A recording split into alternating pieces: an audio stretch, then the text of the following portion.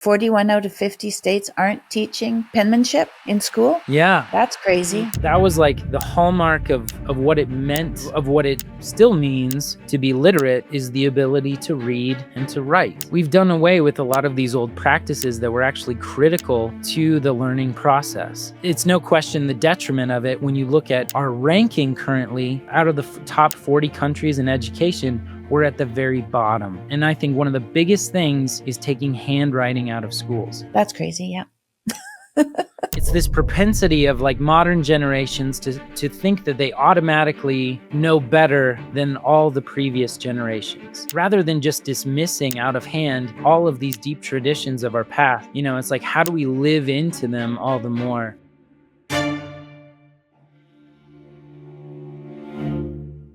Good morning, Jake. Good morning, Tammy. It's such a pleasure to be with you. We must have met, a couple of years ago?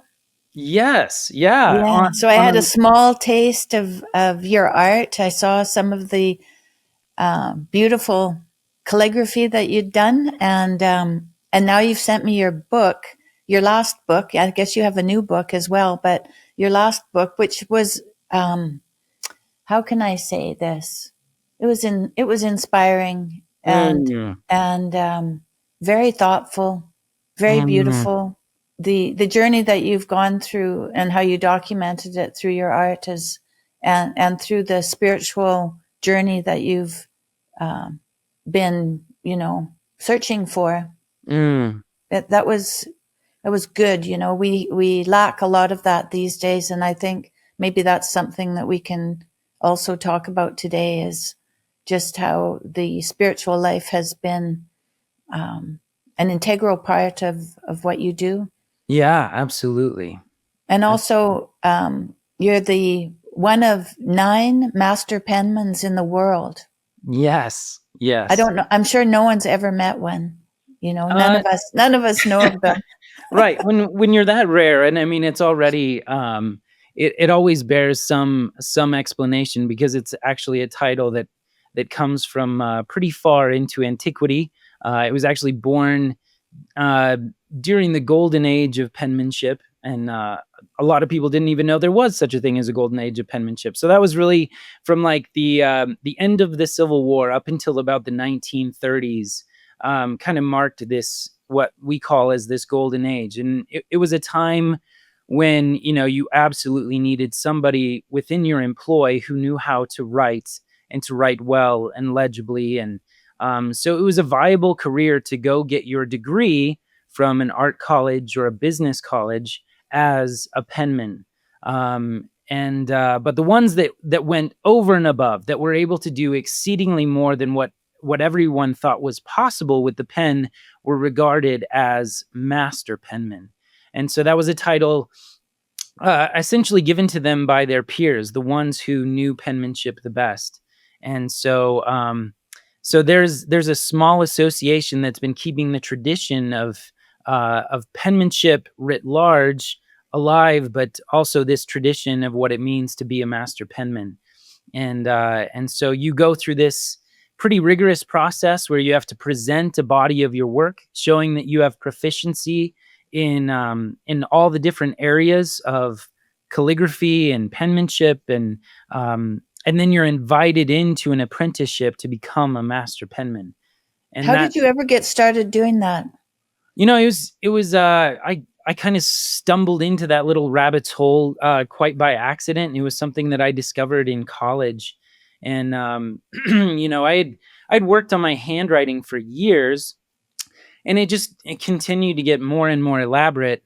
So by the time I got to college, it was heavily ornamental, and I was always the last one to finish my essay tests in my psychology classes, because not because I didn't understand the material, but just because I was taking my time on my penmanship. And so even some of my professors, they asked to keep my tests, but there was one day in my cognitive psychology class that this girl leans over to me, and she goes, "Hey, I'm planning my wedding, and I've been shopping out a wedding calligrapher." And she goes, "None of them compare to your class notes that I've been staring at all semester." And she's like, "Would you design my wedding invitations?" And I was like, "Gosh, I I don't know. I'm not, professionally trained. This is my regular handwriting. And so I said, you know what, I'll do some research because I've always wanted to figure out like how these old forms of script were executed. And so I went online and I found this video on YouTube, and this was like, man, this was back in 2005. So now it's this hilariously like grainy video, but it's of one of the existing master penmen, and now he's like a dear friend, John DeColobus, and he's writing these beautiful forms of script using this pen that I'd never even knew existed. But it was gorgeous. It was like watching ballet on paper. It was just a wonderful thing. And then I saw his title as Master Penman, and I was like, I want to make that my goal. I mean, at the time I was pursuing, psychology, and my parents were a little bit befuddled with the fact that I was like, I want to become a master penman, mom and dad, and but they were super supportive, and so fell into this like beautiful association that just welcomed me with open arms, and really took my passion and continued to like sow into it and cultivate it till I actually reached the level of master.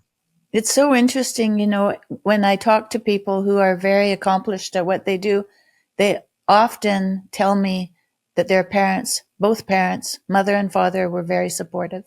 Yeah, absolutely. And that was the case for me, like, even growing up, and I touch on this a little bit in my book, is my parents they even let me like paint murals on my bedroom wall, Mhm. and I stained the carpet, like horribly, but it was they just knew that was where my passion was, and they never worried when they couldn't find me because they knew that I would always be in my room, either drawing or painting. And so I was very blessed to have very supportive parents, but amazing that you've noted that as almost like a pattern for It those. definitely is a pattern, not just with Mhm. the people I interview, but the people that we meet on the road as well who are Sure. accomplished. They always Mhm. hark back to their parents as being very supportive. So Oh that's yeah. very interesting how Mm, important that is. absolutely. Yeah. Yeah.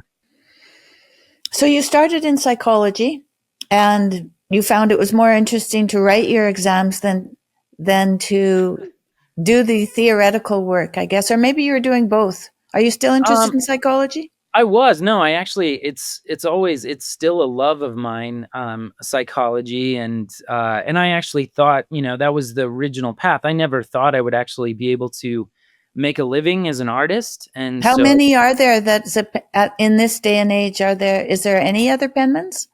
uh at Master Penman, yeah, Yeah. there's 8 others currently. And Okay. And how about ages of those people? Are they older or younger? Both. yeah, most of them are much older. So I think I'm younger. I'm 40 now, and I think the next youngest is almost. I think she's almost 70, and Mm. so a lot of them are you know quite up there. But thankfully, there is some that are starting to come up the ranks. And there's lots of like what we've seen over just the last decade is a massive resurgence to the art form of calligraphy. I think Mm. there's this kind of interesting aspect that you know digital has sort of grown dead and tired to the modern eye because it's like we're inundated with it so much. So to actually see something that is done analog, is has this like special aspect to it because it is anachronistic in its own way. Just it's so out of time that it becomes special. And so for me, that's really exciting. While there's only 9 master penmen that are following like in this one tradition. I mean, there's millions of people around the world that are still writing with dip pens and doing calligraphy, and you just see those numbers continue to grow, which is super exciting. For me as a champion of the art form, and that's part of the responsibility of being a master penman is to see that it lives on. And so I whatever was way that looking at we some can of help. your YouTube videos, and there's one at the end of a TED talk. You are showing people how you have investigated the pencil and the nibs and whatever it is that you use, and Yeah. also then a little bit of a video about showing you make the necessary um, thin lines and then going to bigger lines, or bigger lines going to Hmm. thin lines, and how Right. smooth that is. It's absolutely amazing. And there are just swirls of many layers. Like, people have to look at this to really understand what you do, because there's flourishes of penmanship everywhere on Yeah. everything. It's absolutely Yeah. And that, stunning. I mean, that has become my special sauce in a way. I see. Is not only the writing itself, but there is this beautiful, and that's exactly what it's called, is flourishing. Is this art form that stems from the art of calligraphy, where you're creating sometimes these like beautiful images. They might be of like birds or swans or stags, but so you can actually take these calligraphic strokes and turn them into some kind of like beautiful representation of something else. But a lot of times they're more abstracted forms, and they just have this beautiful sequence of flow. And there's a whole set of rules that govern the beauty of that art form. And so it's wonderful to enter into that. Nothing is done willy-nilly. It's very intentional, the placement of every stroke and how they grow and flourish across the page. I imagine too the spacing. I don't know how you get this, because the spacing is the same between each line. Yeah. Well, there's like there's a great deal of like that discipline, and a lot of the techniques that are sort of lost to our modern way of writing, it was part of their practice, that you got into that rhythm of writing. And it's pretty amazing to using the biomechanics of this body that we are in to create something that can be very, very consistent and very regimented, and at the same time feel so organic and so personal as well. So let's go back to that first. So I read your last book, and at the beginning of that book, there's a story about your mom bringing you home and touching the doorknob at home, and it was hot. Yeah, yeah. Can you just tell us what happened, and then when you went to school? Yeah, so yeah, this is from the first chapter of my book, and right now I have one that's being released and a second one that I'm working on. So this is they want them in pretty quick succession, but the publishers do. But so from my first book, I tell this story. It was sort of this catalytic event when we had this house fire, and I was in the first grade, and we came home, and my mom, pulled into the garage in her blue minivan, and she got out, and something, there was like a tinge of smoke in the air. And as she touched the door handle to the garage, into the house, she noticed that it was warm, and she did exactly what you're not supposed to do when that happens. Is she actually opened it, and it just billows of smoke came out, and so it was a pretty like earth shaking thing as a kid, to see your house on fire, and we had to rush out into the side yard, and our neighbors thankfully were home, so they came and swept us up and took us into their backyard, and tried to play nice, play casual, everything's fine, kids, eat your cheese and crackers. And meanwhile, like, there's billows of smoke coming from our home behind us. And but what was born from that was like moved into a we were moved into like a condo while our house was being renovated by the insurance company. And some friends of ours gave us this box of like small toys, since all of ours were either destroyed or being defumigated from the smoke damage. They brought over just some quick toys that they had gathered together from their own closets and toy boxes. And they and so with three other siblings, there's always, there's always a competition. It's always survival of the fittest. So I like dove in, and like what I pulled out was like this small stuffed parrot. And so I went to school, and the next morning, and this was like pretty much my sole possession. And so I sat down and like drew it before class. And my teacher, she just loved it. And my teacher, her name was Mrs. K, and she was just the sweetest, most soft-spoken woman in the world. And she looked at this drawing like it was some precious manuscript, and she goes, "Jake, I've got to take this and hang it up on the wall." And I was like, "Okay, it feels like 100 others that I had done up to that point, but she really liked it, and so she took it from me, and like a week went by, and I didn't hear anything about it. I didn't see it up, on the chalkboard in front of our class or anything. And so I was wondering what had happened to it. But just about a week later, I come in and I put my backpack up on the hook, and I look up, and there's my picture framed along a hallway of all these other pictures that all the other students had done. And there was a blue ribbon hung next to mine. And so I raced into my class, and I was like, "Mrs. K, Mrs. K." I was like, did I win an art contest? And she's like, you did, Jake. She says, "You are my little artist." And it was just that the reason why it was so powerful to me as a kid is like to have that spoken over you. And like you said, yes, like having parents like breathe into you and be supportive on a daily basis is definitely an affirmation all its own. But when you have somebody who's outside of the family system, who looks at you, and from maybe it's their more objective point of view, they they speak these words over you, and it becomes something that was so powerful and just really stuck to me. And so it was from that day on, I was like, I always like kind of identified myself as an artist, um and had this conviction that every time I put pen to paper, then the result had to be a thing of beauty, even if it was my own handwriting.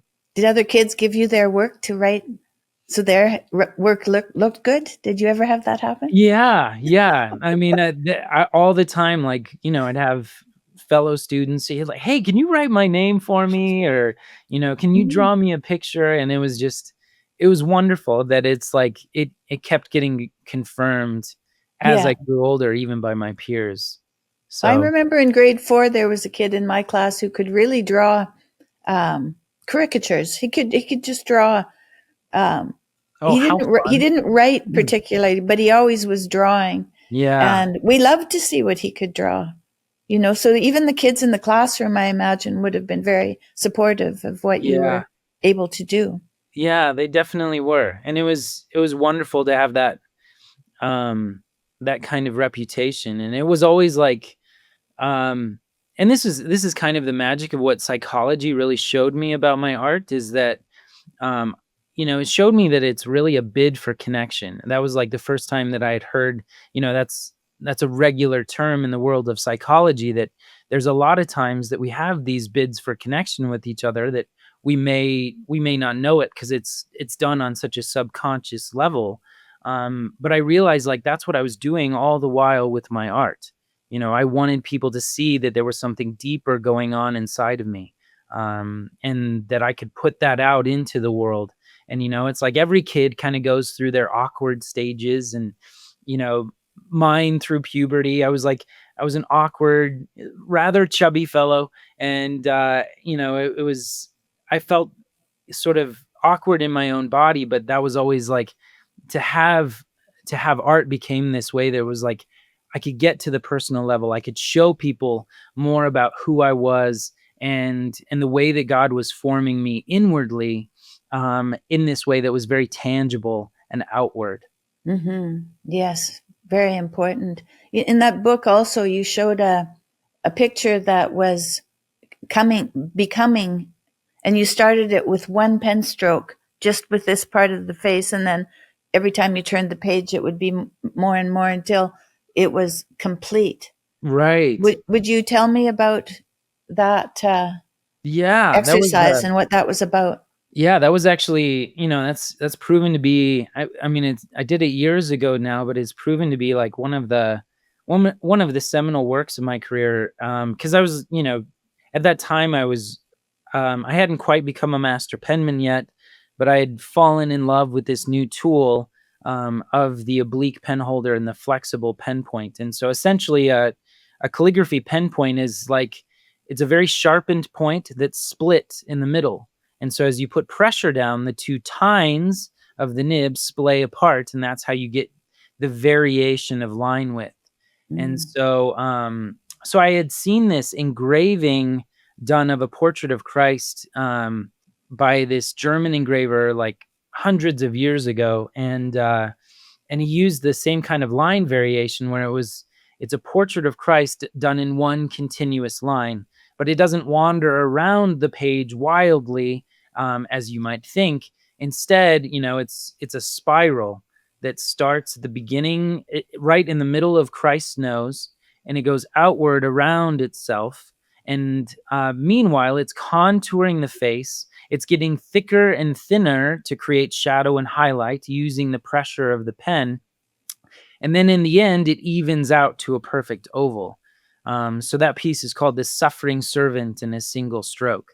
And, that was like, it was definitely a milestone in my career and my ability with the pen at that point, because I was like, this looks like the absolute hardest thing I could do. And I mean, it truly is. I've done one other portrait like that, and it's super demanding, because it's almost like humming three songs at once. You have to think about capturing a face, and contouring that face while moving in a continual spiral.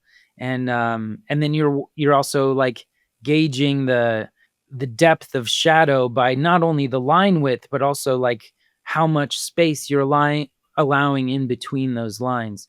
So I mean, it was a very difficult piece, and even as I got like a third of the way through, it looks goofy. It looks like a face sort of emerging from a vat of milk. It's like this awkward thing to see just like this portion of a person's face, right in the middle. But So I thought I had messed it up, but I was like, you know what? I'll go on. I'll consider it good practice, and maybe like iteration 2, I'll actually get this thing right. And but as I continued on, the more of the face became visible, and I learned how to slightly adjust the spacing as I went, and so in the end, it turned out, and it was a success. But man, it was a very difficult piece to do.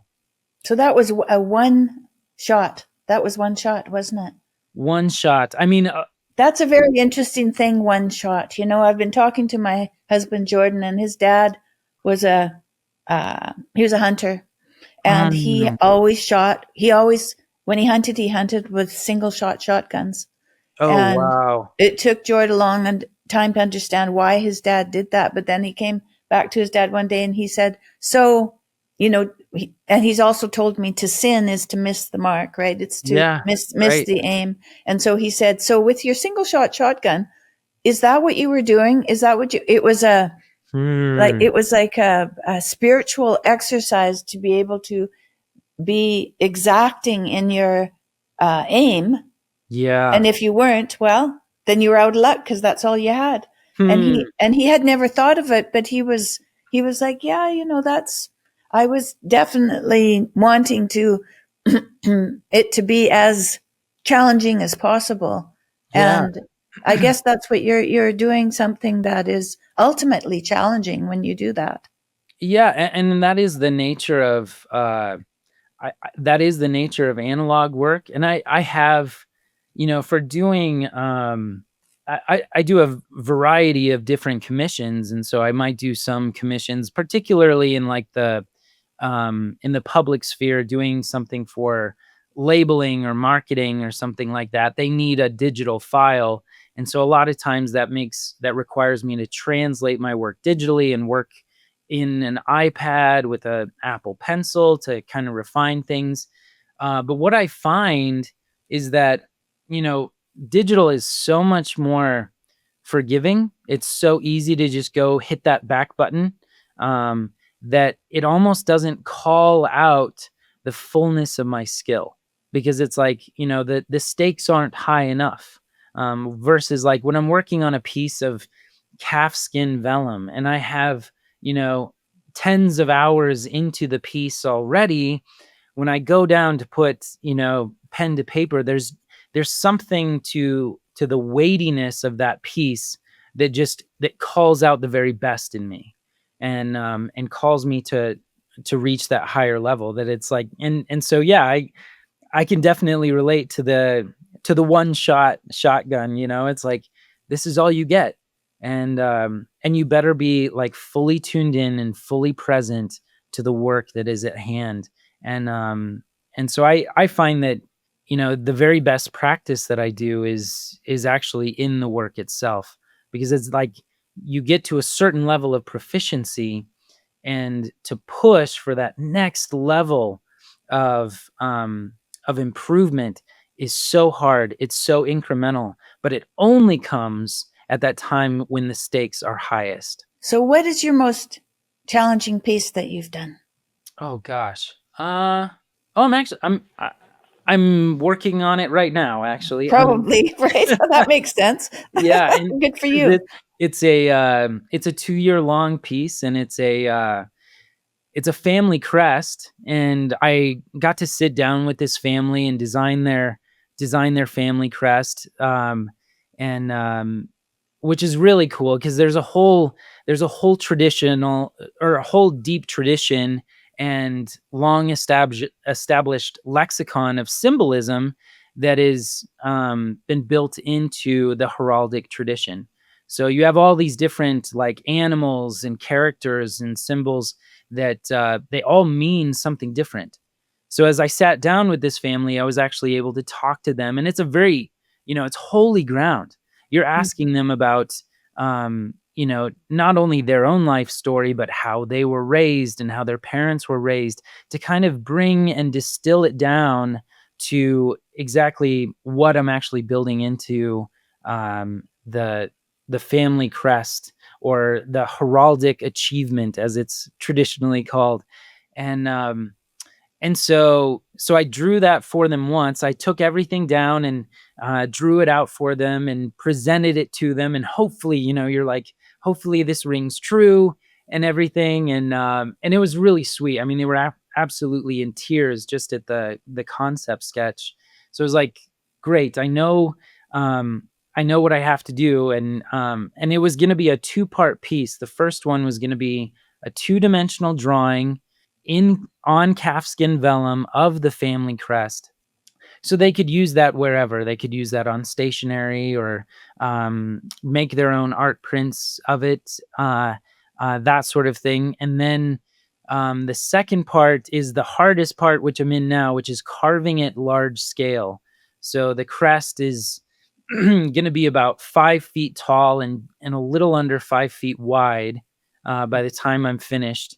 And I'm carving all the different elements of it. I'm carving like the cartouche and the shield, the helmet with its wings and an eagle's head on the top, and there's an elk and a bear and an otter. And, I'm carving them all separately. I have to carve them all out of separate pieces of wood and then assemble them together in one grand sculpture. So that's difficult, because it's like a couple of different kinds of wood, and there's no putting wood back after you carve it away. So talk about the stakes being high. Mhm. Um, and then making sure that everything fits together in the end and looks like a cohesive sculpture is gonna be it's gonna be a challenge that I'm still, you know, I'm building the airplane while we're in flight, basically. It's like, and you kind of figure these things out as you go. Mm, that's exciting. That's Yeah. something to think about, because it wouldn't just be, it would be a crest and an eagle and wings and animals, Yeah. but there would probably be more to it too. Maybe there's paper, or maybe there's a hammer, or maybe, depending on who you were, maybe there's bricks or whatever, depending Yeah. on your heritage, right? Yeah. Well, and everything has, everything, is has different like depth of symbolism to it. And so it's like, and even the type of the helmet, for instance, it's like if you have an open faced helmet, then you are, back in the day, you were essentially a lower knight, lower Mm. nobility. And so you didn't have that same level of responsibility. Whereas, like, if the helmet is closed, there are many who are under your care. And that would tell the viewer as they're looking at this heraldic achievement that, this is a higher lord, and upon their backs is the responsibility of so many other people and so many other lives. Mm. Hmm. Fascinating. And also, it would be interesting. I imagine there was a lot of um, voyages on the sea, and you'd be able to also put that into the crest, I guess, would you? Yeah, I'm trying to think. The their tradition reaches back to Richard the Lionheart. And so, it's like you borrow things from across the sea, and so there's an element of travel, a lot of like even the wings. I guess the wings do kind of Oh, speak to yeah. that a little bit, Yeah. Yeah. because they speak to swiftness and protection. That is their symbol. And so they're up on the helmet, on either side. And so there's that aspect. But there's like, like the elk is the symbol of one who will fight only if provoked. So it's to say that they're not going to start a fight, but they won't back down from one either. So it Hmm. speaks to the conservatism of their politics, to the apologetics of their faith, that they're always ready to give a great defense for it. And then the bear is the symbol of protection of family. And so that's obviously not only the protection of their family, this is their family crest after all, but the larger like family of God that they are a part of, and even the institution of family that is largely under attack today. That they really want to champion the idea, the institution of family, because it is at the basis of every society. Yeah, that's very thoughtful and Mm. reaches back so far. My daughter um, went back and looked at all of our heritage through Ancestry, and she found some.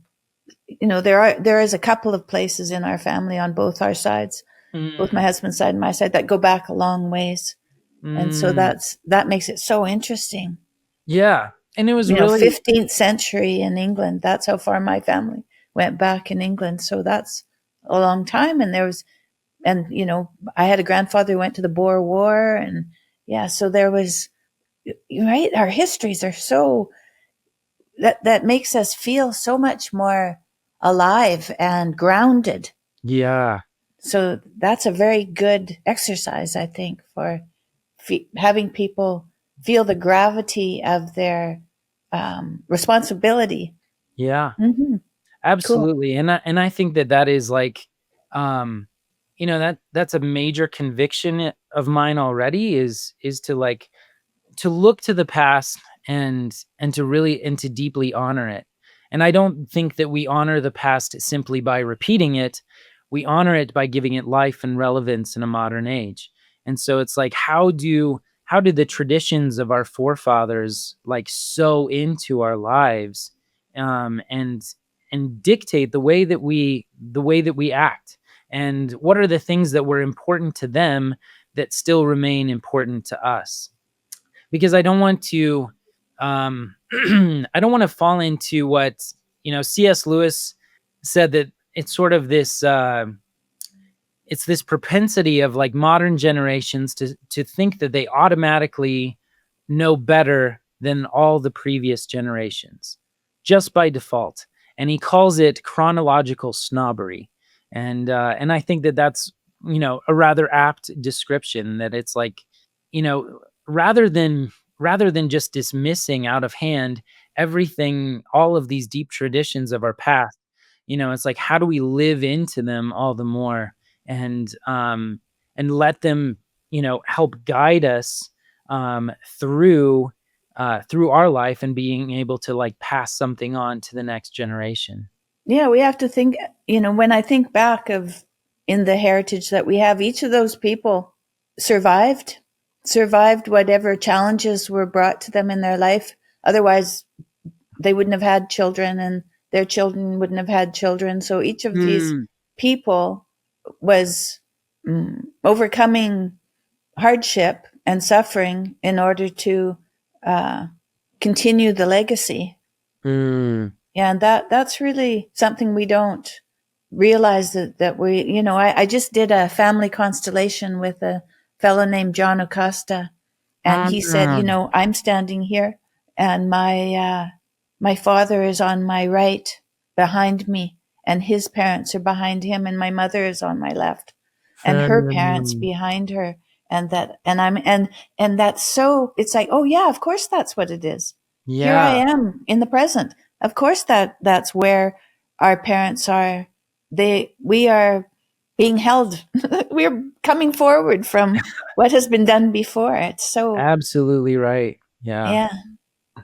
And it's like, I think and I do see that there's almost like a return to an appreciation of tradition. And I hope that it continues on that way. And I think that I can't remember who said the quote, but um I think there's over the years there's been a rejection of traditionalism, but there's a difference between traditionalism and true traditions, where and the quote goes, traditionalism is the dead faith of the living, but traditions are the living faith of the dead. And so it's like there are ways that there are values and everything that is so important to be handed down one generation to the next, and it's done through the power of tradition, and that we need to not forget that. And that's so much about um, that is imbued in so much of my work, because it's like, I'm rehearsing the strokes of past masters. I I walk in the shoes of old scribes as I'm doing this, and it's like that's not lost on me.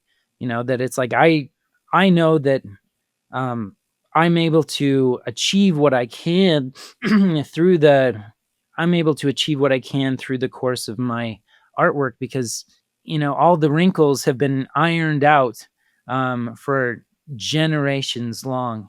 And so I'm not going to all at once just turn my nose up at that. I actually want to lean into that all the more, and let it become a part of me. Yeah, and feeling a feeling of gratitude, and forgiveness Mhm. in order to carry on into the future. So Yeah. you're writing a book called Old Soul, New Creation.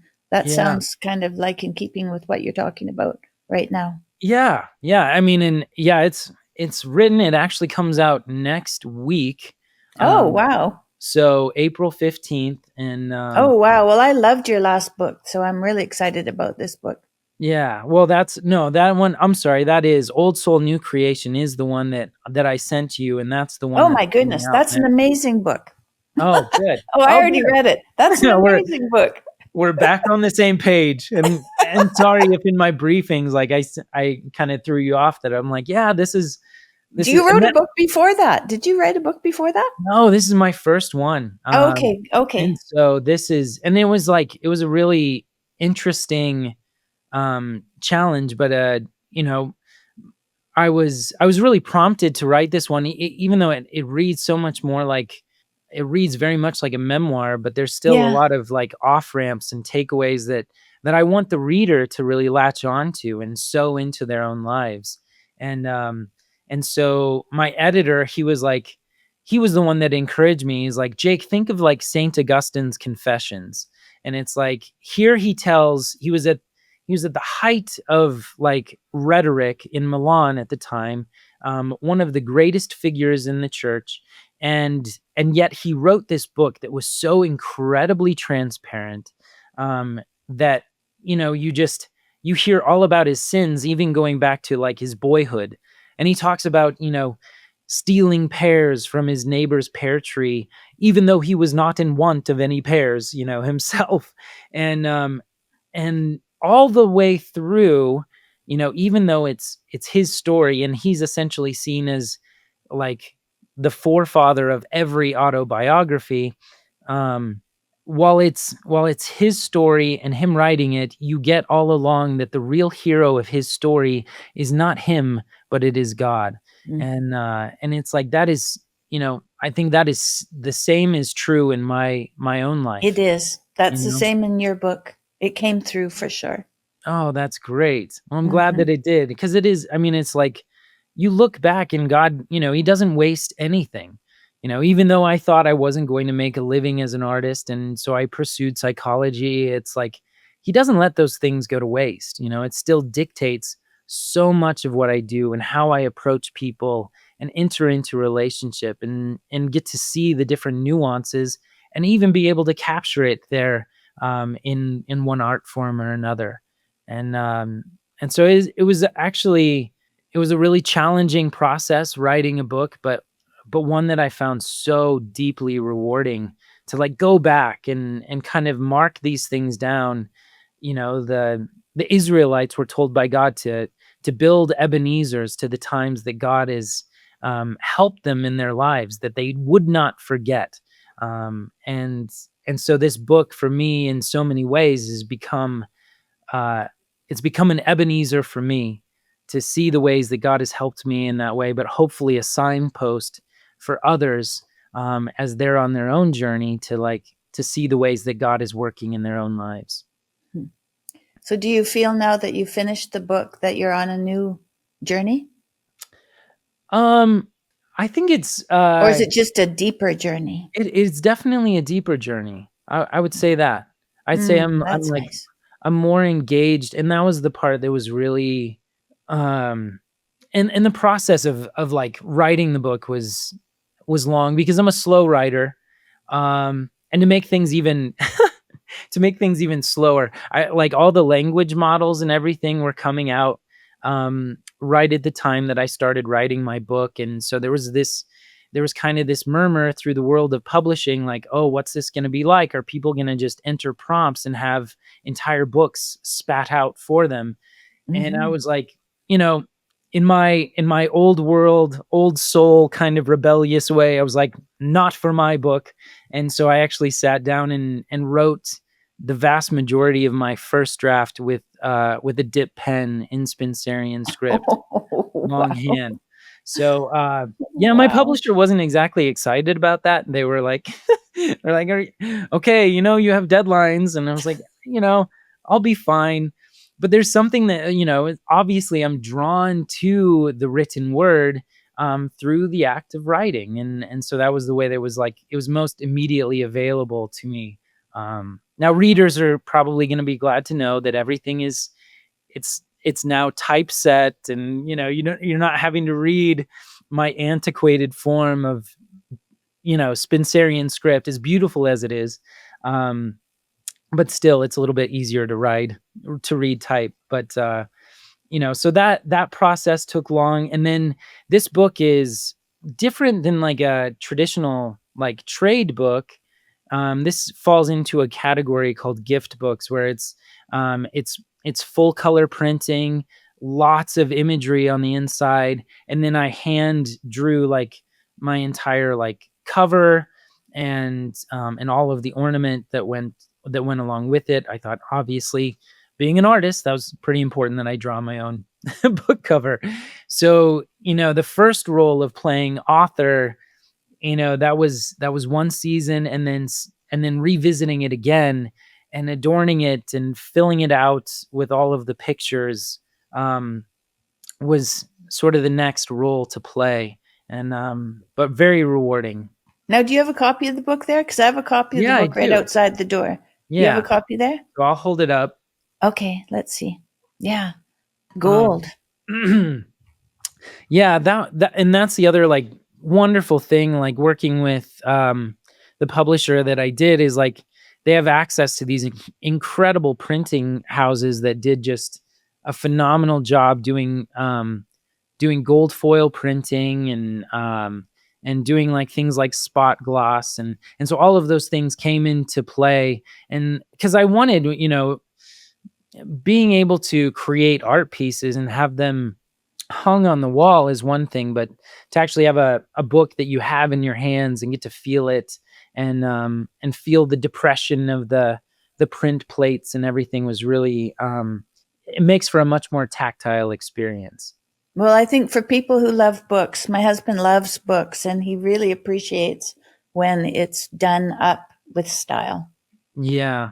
Well, Mm. good. Yeah, same thing. I mean, it's um and actually, like over the course of history, this style of of bound pages in a cover with binding and everything, that's, traditionally called a codex. And Christians were really, they were the ones that really popularized that, the early Christians, as they were writing down the gospels and the early manuscripts. They're the ones that popularized it. And so there's a whole kind of experience as you crack open a book, which is why I think, it's like there was this push several years ago that ebooks were going to be the thing and nobody was going to be buying these books. And I'm glad to see that has not been true at all. That it's like there's a deep love humanity wide for this engagement of the printed page in the bound book. So yeah, it was a really fun and challenging process, and but rewarding to get it in hand finally. So, what do you think about um, the modern time and the lost art, really, of penmanship? And that I think you said something like 41 out of 50 states aren't teaching Um, penmanship in school. yeah. That's crazy. I Yeah, and think that's crazy. I mean, that's crazy. Yeah. yeah, especially, when that was like the hallmark of what it meant to of what it still means to be literate is the ability to read and to write. And so, with this feverish push towards modernization, and also like it's built into our school systems to essentially move kids down the conveyor of learning. And we're going to put them out in the system, so everything has to be more automated and regimented. Hmm. And so technology has facilitated a lot of that, and in doing so, we've done away with a lot of these old practices that were actually critical to the learning process. And reading was one of those. And that was kind of the amazing thing. My discovery of calligraphy happened while I was deep into like the cognitive side of my psychology program. And we talked about how there is a linking of the brain when you're actually forming the letters with your fingers. Like, you have a deeper understanding of the anatomy of the letter.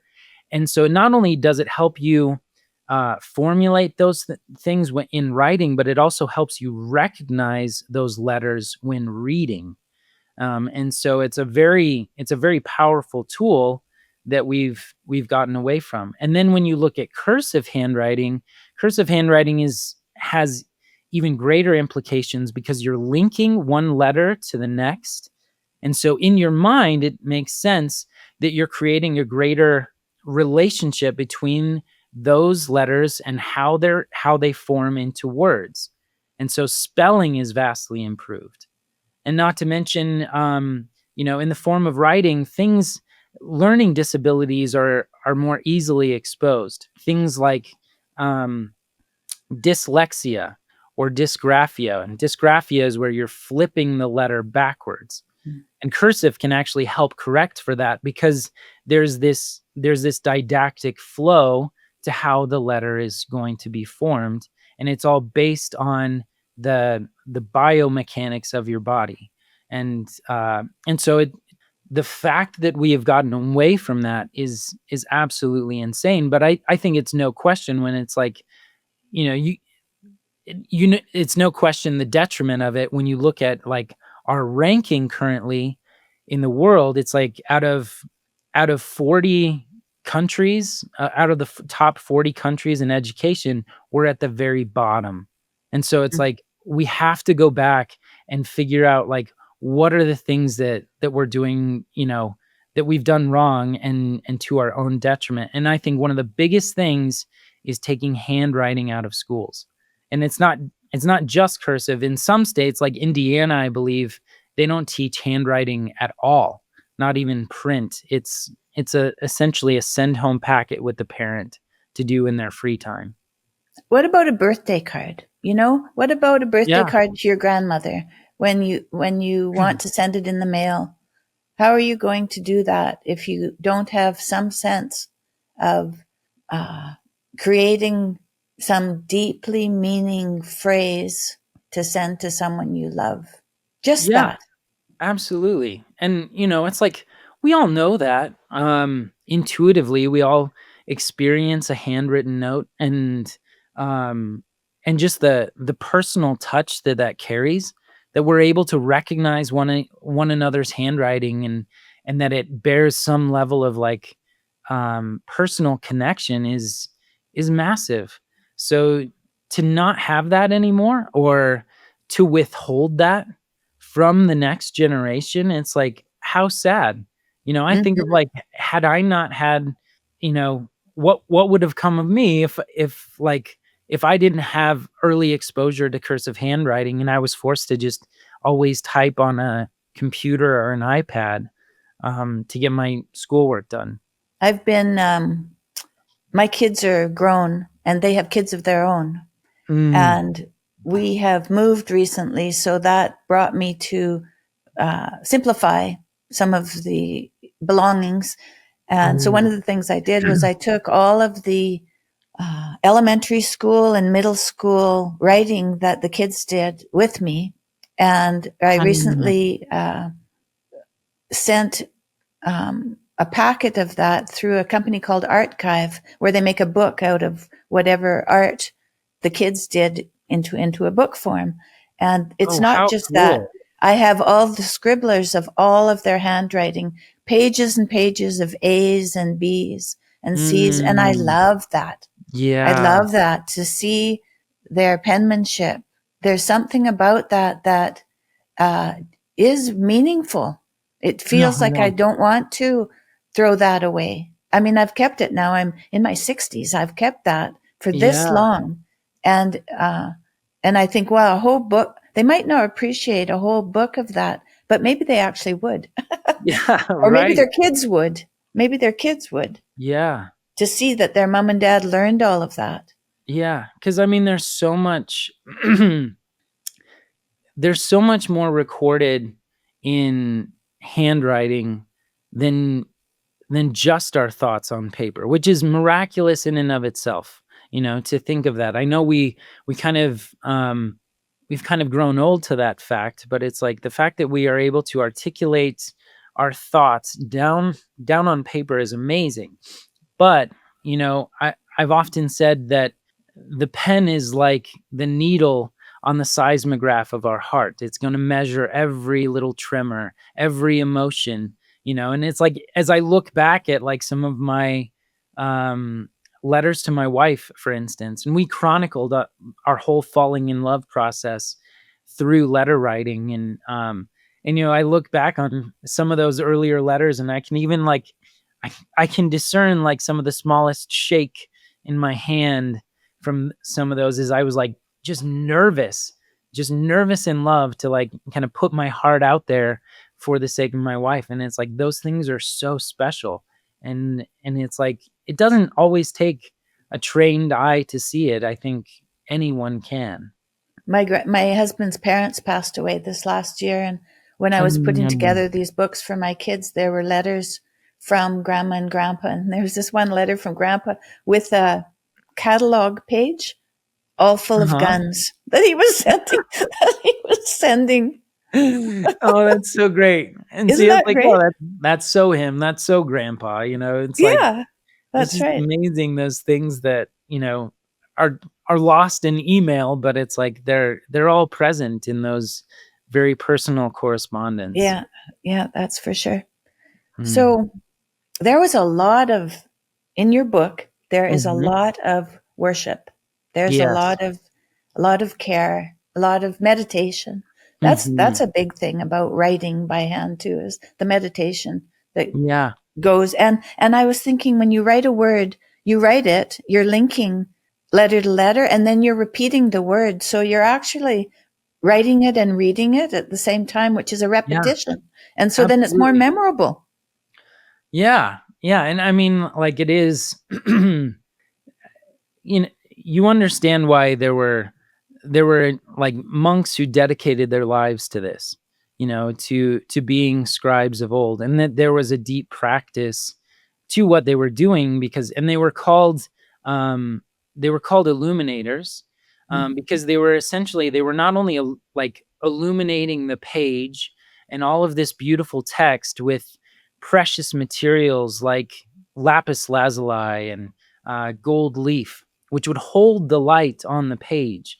And then they would also um, paint in like drop shadows and things to show that the light of God was always on the page, and that light would never move, as that shadow was permanent. So it's like they talked about the lighting of the page, but also the lighting of the world through the truth that they were bringing into it, because it was their responsibility to not change one dot or tittle of the text, and to be able to copy everything down by hand.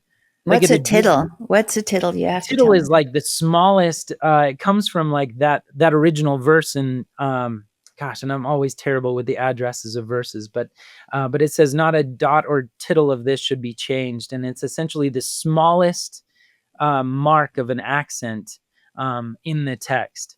Hmm. And so it was like that was the weight of the responsibility that they bore every time that they sat down to write the word of God. So it had to be done in this from this place of great reverence, of fear and trembling, but absolute worship, to be able to wash themselves daily in that word, and to really because they were also artistically interpreting it. They're drawing these like beautiful flourishes, or these little icons within the text themselves that would draw the attention of the reader to that particular part. Mm-hmm.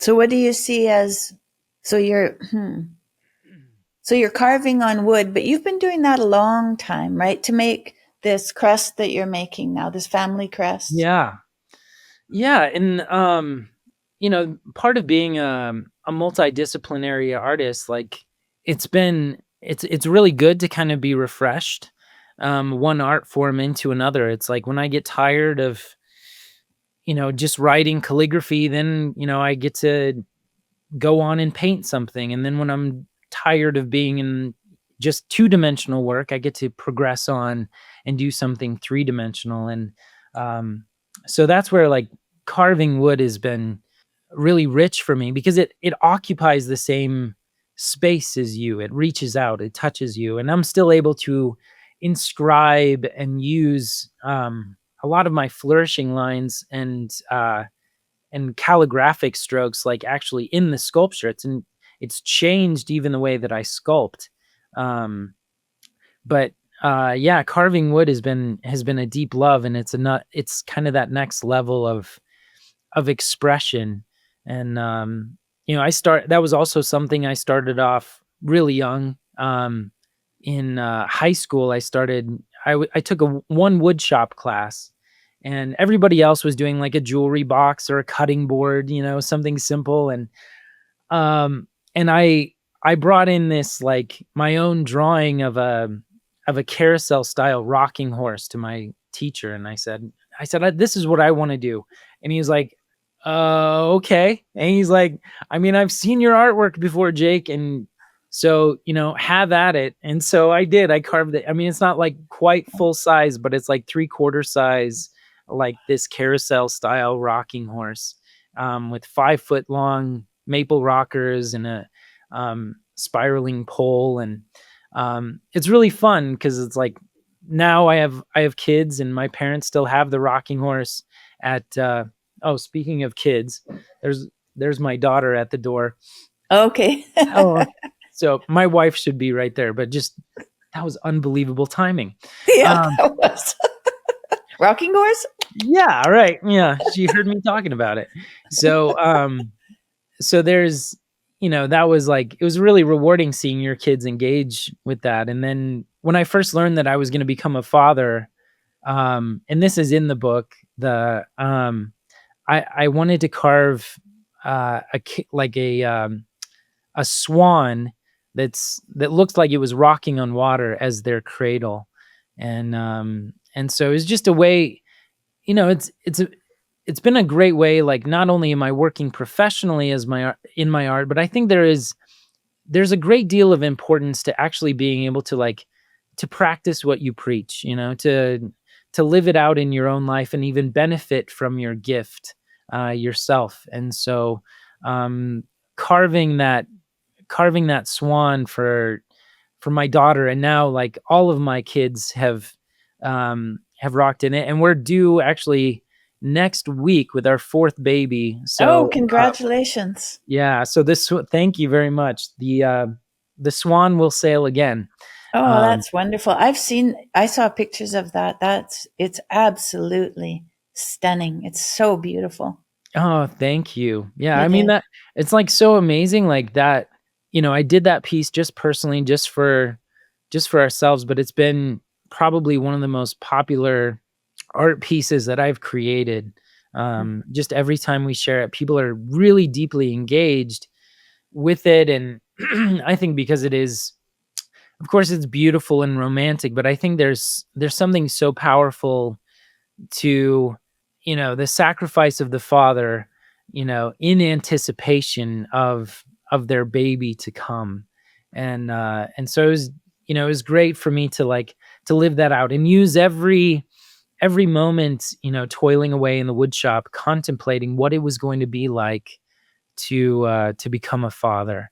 And so it was a piece that I used to really process well that next promotion in life.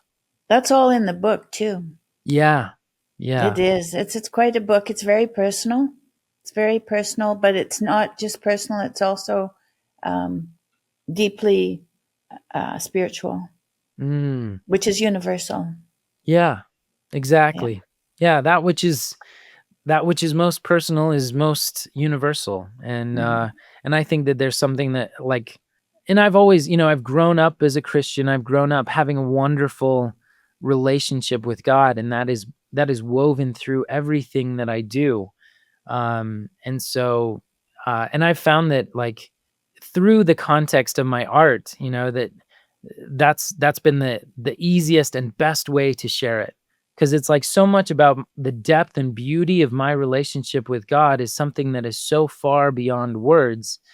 So to be able to capture it in all of these great images and art pieces has been the way that I've found my voice, um, particularly on that.